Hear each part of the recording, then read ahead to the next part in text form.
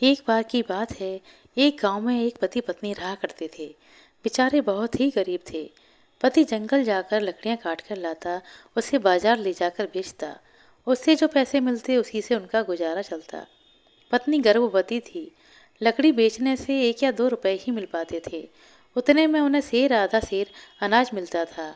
वह अनाज पीस कर पत्नी चूल्हे में पकाती, पकाकर उसमें से 3 बिष्ट पिंड बनाती।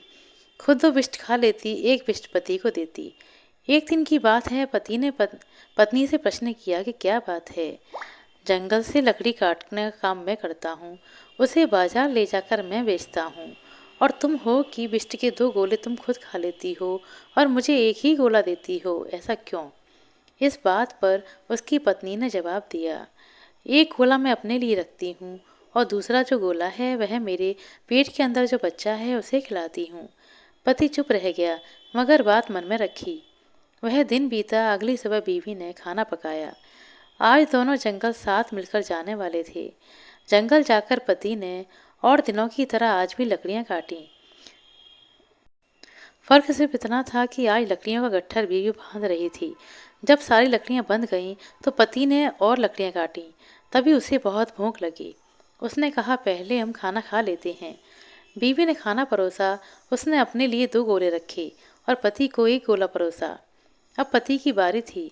कटी लकड़ी का उसने तीसरा एक गट्ठा बनाया। बीवी ने पूछा, 2 गट्ठे काफ़ी हैं, तीसरा गट्ठा किस लिए? पति ने जवाब दिया, 1 गट्ठर मेरे लिए और 2 गट्ठर तुम्हारे लिए। एक तुम ढोगी, दूसरा तुम्हारे गर्भ में जो बच्चा है वह उसे ढोएगा। इस तरह दोनों लकड़ी के गट्ठे उठाकर घर की ओर चल पड़े। तभी पत्नी के पेट में दर्द शुरू हो गया। वह बोली, शायद हमारा बच्चा आने वाला है, क्या करें? पति ने कहा, ठीक है, तुम वहाँ उस पेड़ के नीचे चली जाओ। लड़का हुआ तो ठीक है, उसे लेकर घर आ जाना। अगर लड़की हो तो उसे यहीं जंगल में छोड़कर आना। इस तरह कहकर वह गांव लौट आया। बीवी पेड़ के नीचे जाकर बैठ गई। उसे लड़का नहीं बल्कि लड़की ही पैदा हुई। उसने अपनी साड़ी फाड़कर उसे पेड़ की डाली से बांधा। उसका झूला बनाकर बच्ची को उसमें सुला दिया।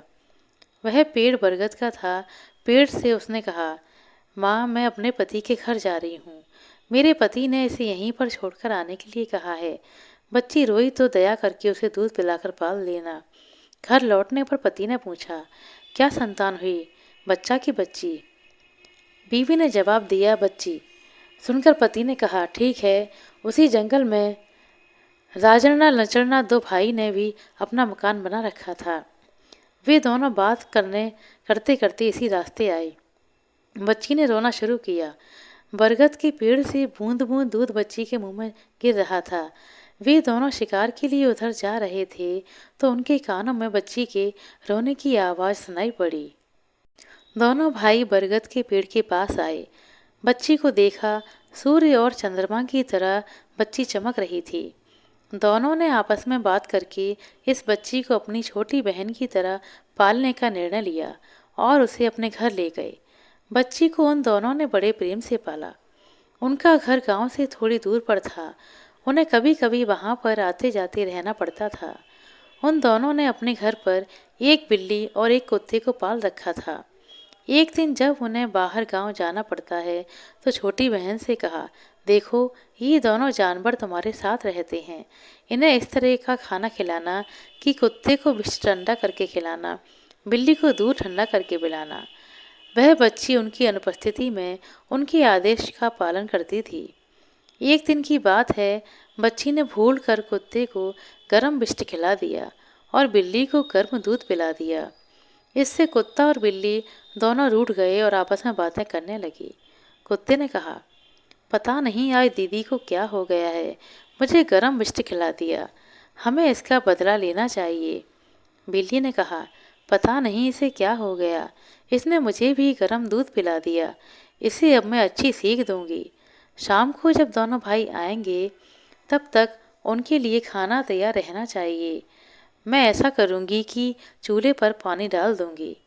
फिर यह कैसे खाना बनाएगी, मैं देखती हूँ। यह कहकर बिल्ली ने चूल्हे को खराब कर दिया। शाम हुई।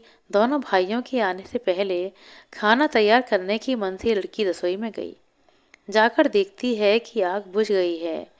बिल्ली से पूछा तो बिल्ली ने जवाब दिया कि उसे कुछ भी नहीं पता।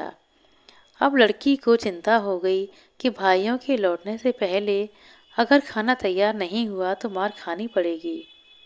आग के अभाव में वह कुछ नहीं कर पाएगी। वह आग की तलाश में निकली। पास ही एक टेकरी थी।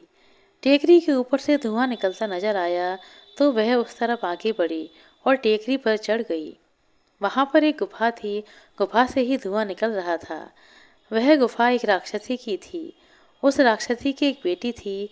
बड़ी राक्षसी खाने के लिए एक लाश की तलाश में निकली थी। छोटी राक्षसी घर पर रहकर खाना बनाने में लगी थी। लड़की ने बाहर से पूछा, घर के अंदर कौन है? छोटी राक्षसी ने आवाज से पता लगाया कि कोई इंसान यहाँ पर आया है। उसने सोचा इंसान का वेश बनाकर जाऊंगी तो ठीक रहेगा। वह वेश बदल कर बाहर आई।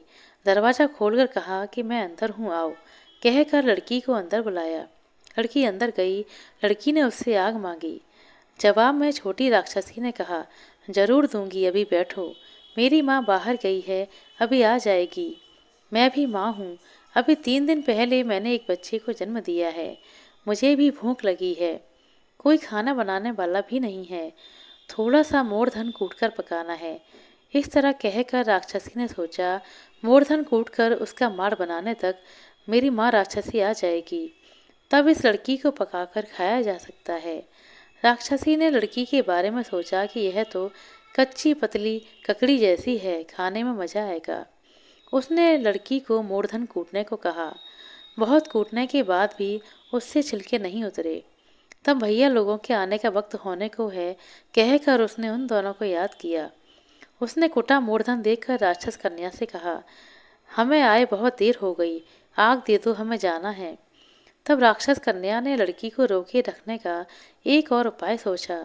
उसने कहा, घर में पानी नहीं है, मैं तुम्हें रस्सी देती हूँ, तुम कुएं से पानी खींचकर ला दो। फिर लड़की कुएं के पास गई। तब भी हाथ से बड़ी राक्षसी नहीं लौटी।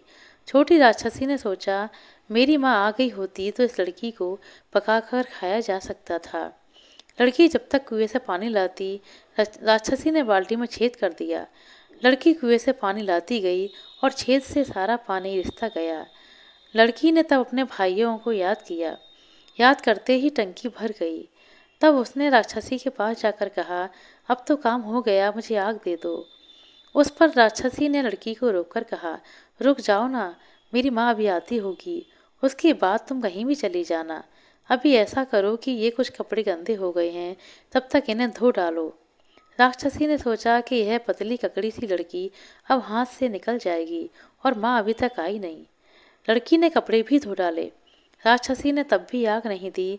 तब बिल्ली को इस पर दया आई। उसने फुसफुसाकर लड़की से कहा, दीदी चिंता मत कर, मैं रसोई में जाकर आग उठा लाऊंगी। वही किया। फिर लड़की बिल्ली के साथ घर लौट आई। लड़की के वहां से निकलते ही बड़ी राक्षसी लौटी। आते समय वह अपने साथ 2 लाश उठा लाई थी। छोटी राक्षसी ने उसे बताया कि पतली ककड़ी जैसी लड़की आई थी और वह अब हाथ से निकल गई। तब बड़ी राक्षसी भागकर उसे ढूंढने निकली, मगर बहुत ढूंढने के बाद भी लड़की नहीं मिली। तभी उसे राजन्ना और लचन्ना का मकान दिखाई दिया। तब यह सोचकर कि यही लड़की का घर होगा, वह दरवाजे पर आकर बोली, जरा दरवाज़ा खोलना। तब लड़की अपने कौए से कहती है कि देख तो कौन आया है। कौए ने झांक कर देखा तो पता चला कि राक्षसी आई है। कौए ने लड़की को सावधान किया। किसी ने दरवाज़ा नहीं खोला। बहुत देर खटखटाने पर भी जब दरवाज़ा नहीं खोला तब राक्षसी को गुस्सा आ गया और उसने अपने मांस मच्छी दांत बाहर निकाले और दरवाजे की दहलीज पर टिकाकर सोचने लगी कि जब यह लड़की बाहर निकलेगी तब इस पर पाँव रखेगी, चुभेगा तो मर जाएगी। राक्षसी फिर अपने घर लौट आई। तब राजन्ना लचन्ना घर के पास आकर दरवाज़ा बजाते हैं। लड़की बिल्ली को पता लगाने के लिए भेजती है। बिल्ली से पता लगाकर लड़की दरवाज़ा खोलती है। राजन्ना पाँव धोने को पानी मांगता है। लड़की उसे पानी देने आती है। दरवाजे पर लगे राक्षसी के दांत पर पाँव रखने से वह लड़की मर गई। फिर राजन्ना लचन्ना ने एक बक्सा मंगाकर उसमें लाश को रखा। फिर उसे उसी बरगद के पेड़ के तले रख आए।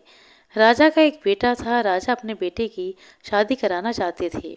राजकुमार भी लड़की की तलाश में निकला था। उसी बरगद के पेड़ तले आराम करने लेटा तो उसे वह बक्सा दिखाई दिया। उसने बक्से को खोलकर देखा कि उसमें तो सूर्य चंद्रमा से चमकते चेहरे वाली लड़की की लाश है। वह उस लाश पर आकर्षित हो गया। लड़की की मौत की वजह को तलाशने निकल पड़ा। राजकुमार ने राजा नचरना के घर पहुंचकर उस राक्षसी दांत को देखा। उसने शिव शिव कहकर जल मंत्र मंत्र जल लाश के ऊपर डाला। जल छिड़कने से लड़की में प्राण संचार हुआ और वह उठकर बैठ गई। राजकुमार ने उस लड़की का अता पता पूछा। लड़की ने अपनी सारी कहानी कह सुनाई। राजकुमार उसके प्रति आकर्षित होकर उसे अपने राज्य में ले आया। वहां जाकर उसने लड़की से धूमधाम से विवाह किया। फिर दोनों सुखी जीवन बिताने लगे। आशा करते हैं दोस्तों आपको हमारा सुनाई की यह कहानी अच्छी लगी होगी। कहानी अच्छी लगी हो तो कृपया लाइक कर दें, शेयर कर दें। चैनल पर नए हैं तो सब्सक्राइब कर लें।